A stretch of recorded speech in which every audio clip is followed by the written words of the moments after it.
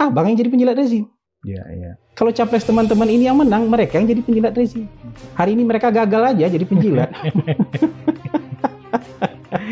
Iya, Jadi iya. untuk klasifikasi penjilat pun mereka nih strata paling bawah ini gagal jadi penjilat. Jadi jangan gampang melabel orang untuk jadi penjilat. Gitu. Kapan bahasan? Kalau isunya soal keluarga Pak Jokowi, lama sekali kita nggak keluar untuk memberikan tanggapan. Kita baru keluar terakhir-terakhir karena buat kita, loh kok makin kemana-mana ya? Tidak fokus di isu yang sebenarnya, tapi sudah kemana-mana. Dan ini penuh DFK, disinformasi, fitnah, kebencian. Makanya yang saya sampaikan itu kan untuk meluruskan DFK-nya. Kalau masalah hukumnya, kasih ke penegak hukum, dan memang bolanya sedang ada di penegak hukum, tapi disinformasinya, oh luar biasa.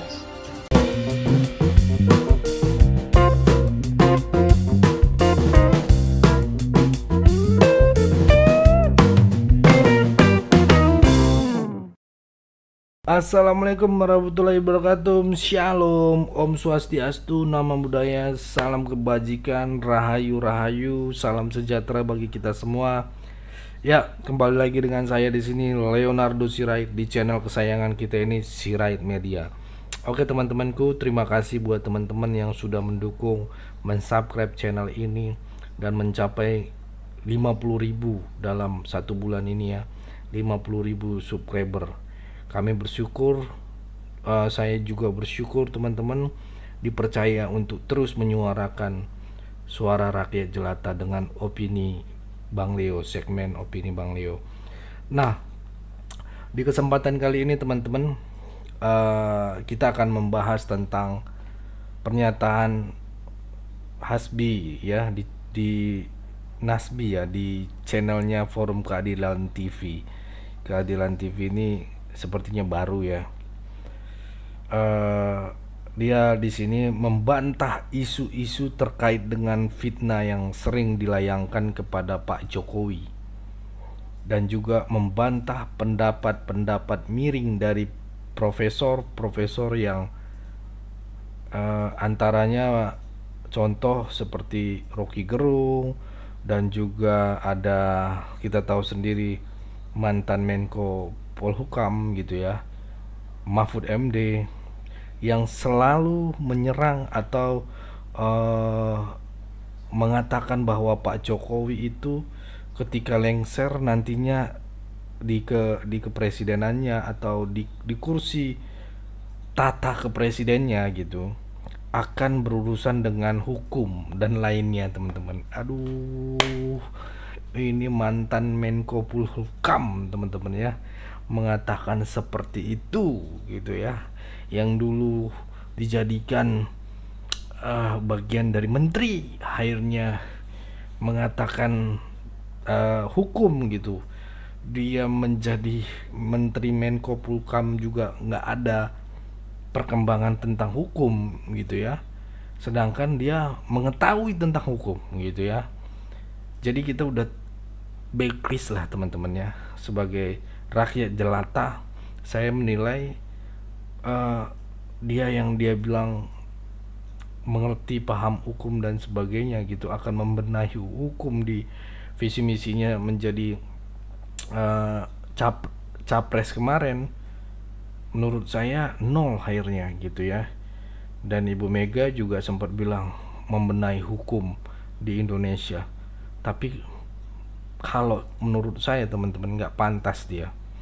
Tapi bagaimana pandangan kalian? Nanti coba komen, apakah pantas seorang bapak mantan Menko Polhukam ini yang udah dikasih jabatan oleh Pak Jokowi akan membenahi hukum di Indonesia gitu ya.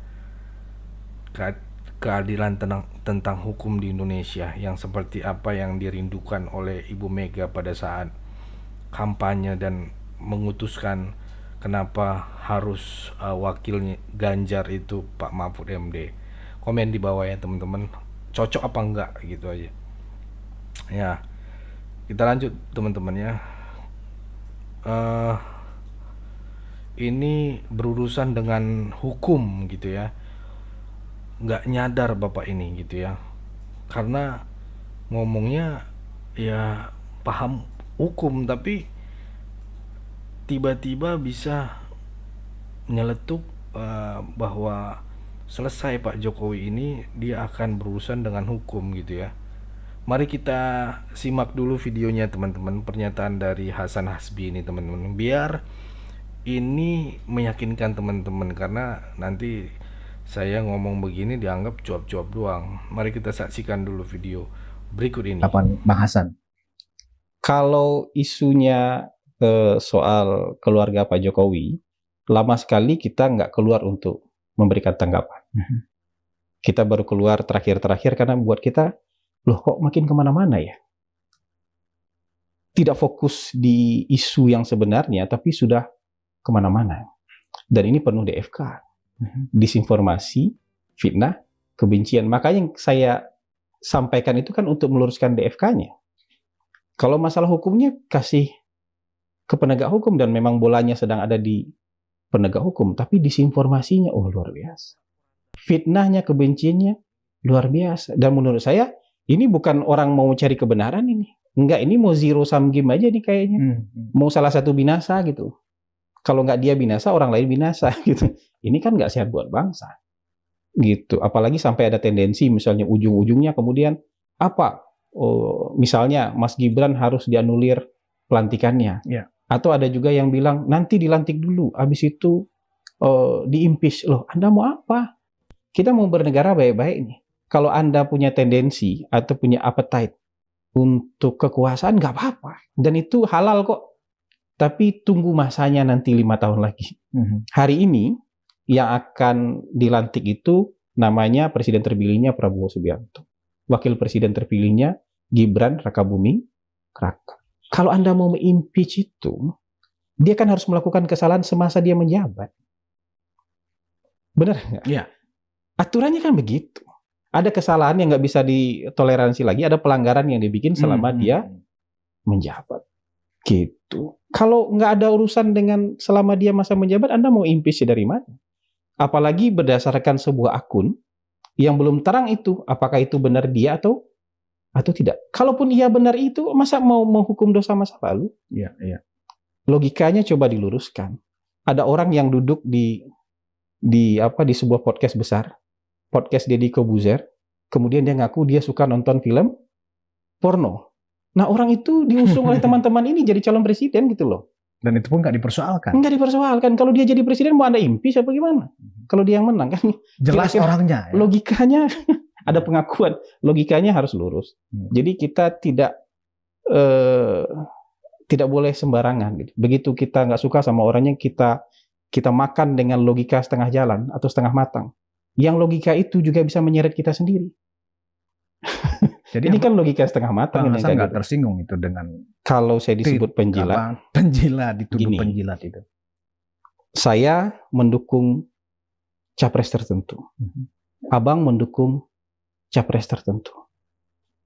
Kalau capres saya yang menang, saya dianggap penjilat rezim, Bang. Tapi kalau capres abang yang menang, abang yang jadi penjilat rezim. Iya, iya. Kalau capres teman-teman ini yang menang, mereka yang jadi penjilat rezim. Hari ini mereka gagal aja jadi penjilat. Jadi untuk klasifikasi penjilat pun mereka nih strata paling bawah ini gagal jadi penjilat. Jadi jangan gampang melabel orang untuk jadi penjilat. Gitu. Kalau saya jadi penjilat rezim menurut mereka sekarang, kenapa? Karena kan calon saya menang. Iya, iya. Kalau calon mereka yang menang, siapa yang jadi penjilat rezim? Mereka lah. Loh, mereka kemarin-kemarin juga berusaha jadi penjilat rezim kok, cuman gagal aja gitu. Sekarang kita yang dituduh sebagai penjilat rezim, cuman beda nasib aja ini. Ya, mungkin 5 tahun lagi mereka yang jadi penjilat. Mungkin abang dituduh seperti itu, penjilat dan kemudian juru bicara keluarga, ya kan?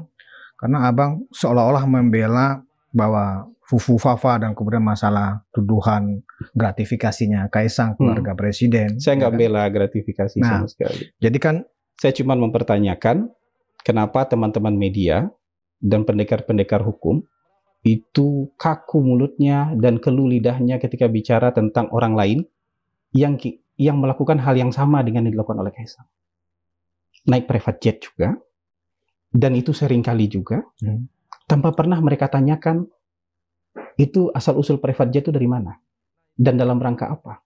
Bahkan saya yakin beberapa teman media, saya yakin aja nih, pernah naik private jet bersama pejabat tertentu. Pak Mahfud sudah membantah itu Bang, bahwa salah satu yang Abang sebut kan yang naik private jet itu kan Pak Mahfud waktu menjadi ketua MK. Dalam podcastnya Pak Menko Mahfud, Polhukam. iya. Tapi apa bedanya? Dalam podcastnya saya kan diundang Pak Yusuf Kala mau berceramah ke sebuah masjid di Makassar. Ya apa salahnya saya satu pesawat. Nah jadi dianggap kan nggak cuma sekali ya. Cuma sekali ya. Kan beliau bilang juga sering naik. Jadi gini, saya tidak menyalahkan Pak Mahfud naik pesawat jet. Saya nggak nyalahin Ibu Mega naik pesawat jet. Yang saya minta itu fairness-nya teman-teman media dan netizen. Ketika dan pendekar-pendekar hukum ini, ketika ada orang lain naik private jet, Anda diam saja. Kenapa yang ini Anda teriak-teriak? Kenapa untuk Kaisang Anda pakai samurai yang tajam sekali? Kalau yang untuk orang lain Anda pakai pedang film Hong Kong yang meliuk-liuk itu, yang nggak tajam sama sekali itu. Fairness-nya di mana? Ya. Kalau soal hukum, biar kasih ke orang yang ngerti hukum. Tapi dari sisi penghakiman, trial by press, penghakiman by press, dan penghakiman oleh netizennya, nggak ada keadilan sama sekali. Kecuali kita fair. Sama kayak nuduh penjilat tadi. Saya dituduh penjilat kan karena saya dukung yang menang. Ya. Kalau calon mereka yang menang, mereka yang jadi penjilat gitu. Sama-sama aja kita ini. Nah sama kayak yang tadi itu. Ini juga naik private jet, Anda diam. Ini naik private jet, Anda teriak-teriak. Kalau tuduhan sama-sama cari makan, Bang. Apa? Lah kalau sama-sama kenapa harus marah? Maksudnya kalau sama-sama kenapa harus marah? Kenapa Anda marah sama orang cari makan, terus orang nggak boleh marah Anda cari makan? Kan harusnya begitu juga. Atau begitu juga sebaliknya. Kalau orang nggak boleh marah gara-gara Anda cari makan, Anda juga nggak boleh marah kalau orang cari makan. Kan keadilannya di situ, fairness-nya di situ. Nah, sebagai Abang kepala lembaga, kepala kantor komunikasi Bang di kepresidenan, bagaimana cara mendekati isu-isu yang tidak bisa dipertanggungjawabkan seperti isu akun Fufu Fafa, isu masalah Kaisang misalnya juga, ya kan? Bagaimana cara mendekati ini sehingga kemudian tidak bising ya di ruang publik, Bang? Yang jelas kalau untuk menetralisir isu-isu yang sifatnya fitnah, kebencian, disinformasi itu kita nggak bisa kerja sendiri. Nggak bisa, ini kan bukan kantor super body yang bisa melakukan banyak hal. Kita juga harus kerjasama dengan banyak instansi dong. Yang bisa kemudian punya peralatan, punya power, punya kelengkapan untuk misalnya kan melaporkan media tertentu atau melaporkan akun-akun tertentu, dilaporkan ke platformnya bahwa ini dia sedang melakukan tindakan yang tidak benar. Misalnya memicu kebencian atau menyampaikan sesuatu yang disinformasi. Karena buat saya sekarang itu nggak cuma di media sosial. Ya. Mohon maaf nih, media juga punya tendensi seperti itu. Media mainstream maksudnya Bang? Ada. Saya di beberapa kali waktu Sri Paus datang. Ya. Ada sebuah media asing. Media asing yang sangat terkenal, sangat besar. Kemudian menghubungi saya. Nanya apa pendapat istana soal keberatan orang-orang Papua yang menyatakan dilecehkan, yang merasa budaya ini dilecehkan. Karena anak-anak yang berpakaian Papua yang menyambut Sri Paus itu bukan anak Papua. Tapi konon katanya anak Maluku. Apa pendapat istana soal keberatan orang tokoh-tokoh Papua ini? Apa pendapat statement istana soal orang Papua yang merasa dilecehkan? Itu media besar internasional dari Eropa. Terus saya bilang, saya juga boleh pakai baju Papua. Orang Papua juga boleh pakai baju Padang boleh, pakai baju Jawa boleh. Kenapa harus merasa dilecehkan? Presiden juga boleh pakai baju Papua dari manapun asalnya dia. Orang Papua boleh pakai baju Sulawesi, boleh. Kita satu Indonesia kok. Kenapa ada orang menggunakan baju Papua? Tapi ini kan bukan itu jawaban yang dia mau. Dia mau manas-manasi soal kebencian. Dengan menggunakan sesuatu yang sifatnya disinformasi. Begitu saya tanya siapa yang keberatan, itu dikasih nama lah apa segala macam. Tokoh-tokoh ini Papua, tokoh-tokoh kemerdekaan Papua. Ya agendanya apa? Ini kan menangani ini tuh nggak jadi nggak cuma netizen, tapi juga kadang-kadang Di dunia nyata juga ada. Di media juga ada yang seperti Kalau itu. media lokal kita ada yang seperti itu Ada juga yang tiba-tiba misalnya kan menulis Kaisang nebeng pesawat jet pribadi, Ya, tapi itu temannya bahasanya Tempo itu, Bang. temannya nggak ikut. Tahu dari mana? Kesimpulan dari mana? Media lain beritakan temannya ikut kok. Ya seolah-olah mereka sudah baca manifestnya. Baca dong. Atau ada jurnalis senior misalnya yang bilang, ini bukti bahwa Kaisang itu diservis oleh pesawat. Karena pesawat jetnya mampir-mampir. Sebelum ke Philadelphia maupun setelah ke Philadelphia. Kenapa tidak mau memeriksa itu dengan hati yang, pikiran yang jernih dan hati yang lapang? Kalau pesawatnya berhenti-berhenti di mana-mana, itu artinya pesawatnya mengikuti kebutuhan dan kepentingan si pemilik pesawat. Kalau berhenti di Tokyo, pasti kebutuhan pemilik pesawat. Berhenti dulu di mana sebelum Philadelphia, itu kebutuhan pemilik pesawat. Setelah itu pun berhenti kebutuhan pemilik pesawat. Karena kebutuhannya Kaisang hanya sampai di Philadelphia. Kalau berhenti sebelumnya, terus dibilang buat jalan-jalan, ini bukan buat jalan-jalan. Istrinya lagi orientasi. Dan dia mau berangkat di tanggal 20 Agustus. Cuman temannya ini baru mau berangkat tanggal 18.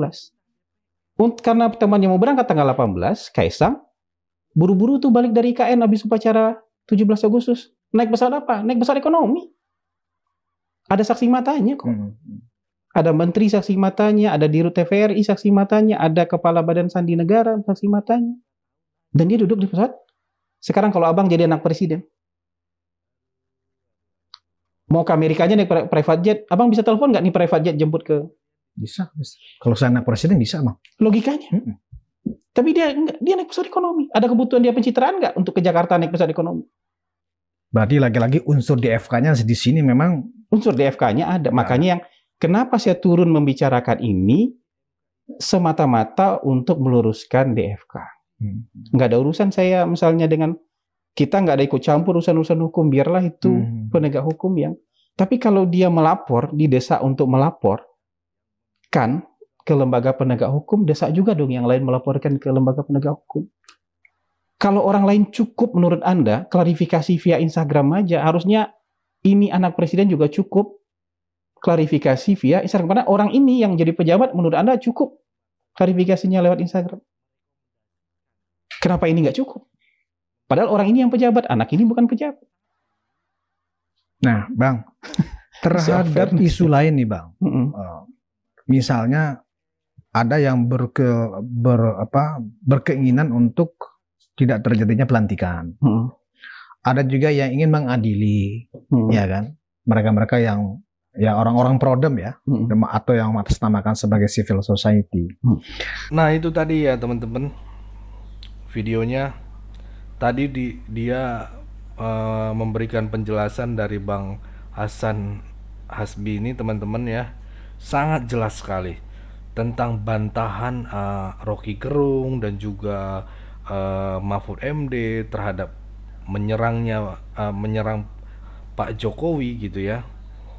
Udah jelas sekali teman-teman. Sekarang saya mau minta pandangan kalian dari hasil video yang telah disampaikan tadi, yang kita berikan cuplikan tadi ya. Apa masukan kalian? Apa pandangan kalian setelah menonton video itu? Bagaimana gitu ya? Boleh kolom komentar saya persilahkan buat teman-teman ya. Itu aja mungkin dari saya teman-teman. Pesan saya pokoknya tetap jaga persatuan Indonesia. Jangan mau dipecah belah, jangan mau diadu domba, karena NKRI harga mati. Yang baru nonton dan nonton sampai habis, tolong bantu teman-teman, share ke grup-grup WhatsApp, share ke grup-grup Facebook, biar semakin banyak lagi orang yang menonton gitu ya.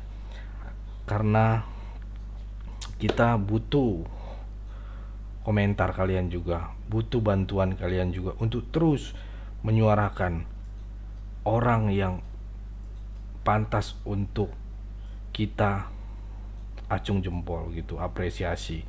Karena kalau kita tidak memberikan apresiasi kepada Pak Jokowi, aduh sedih juga teman-teman. Kapan kita bisa menghargai pahlawan kita? Kapan kita bisa menghargai pemimpin kita yang sudah 10 tahun ini, hampir 10 tahun ini membangun mati-matian, nggak pernah absen, nggak pernah cuti gitu ya. Itu teman-teman, saya nggak dibayar teman-teman, saya nggak dibayar sama Pak Jokowi, saya bukan buzzer dari Pak Jokowi, tapi saya melihat dengan hati, mata kecil, hati kecil Pak Jokowi. Dia begitu sekali menyayangi, mencintai rakyatnya. Ya udah itu aja teman-teman, saya Leonardo Sirait. Jangan lupa subscribe channel ini. Bye bye.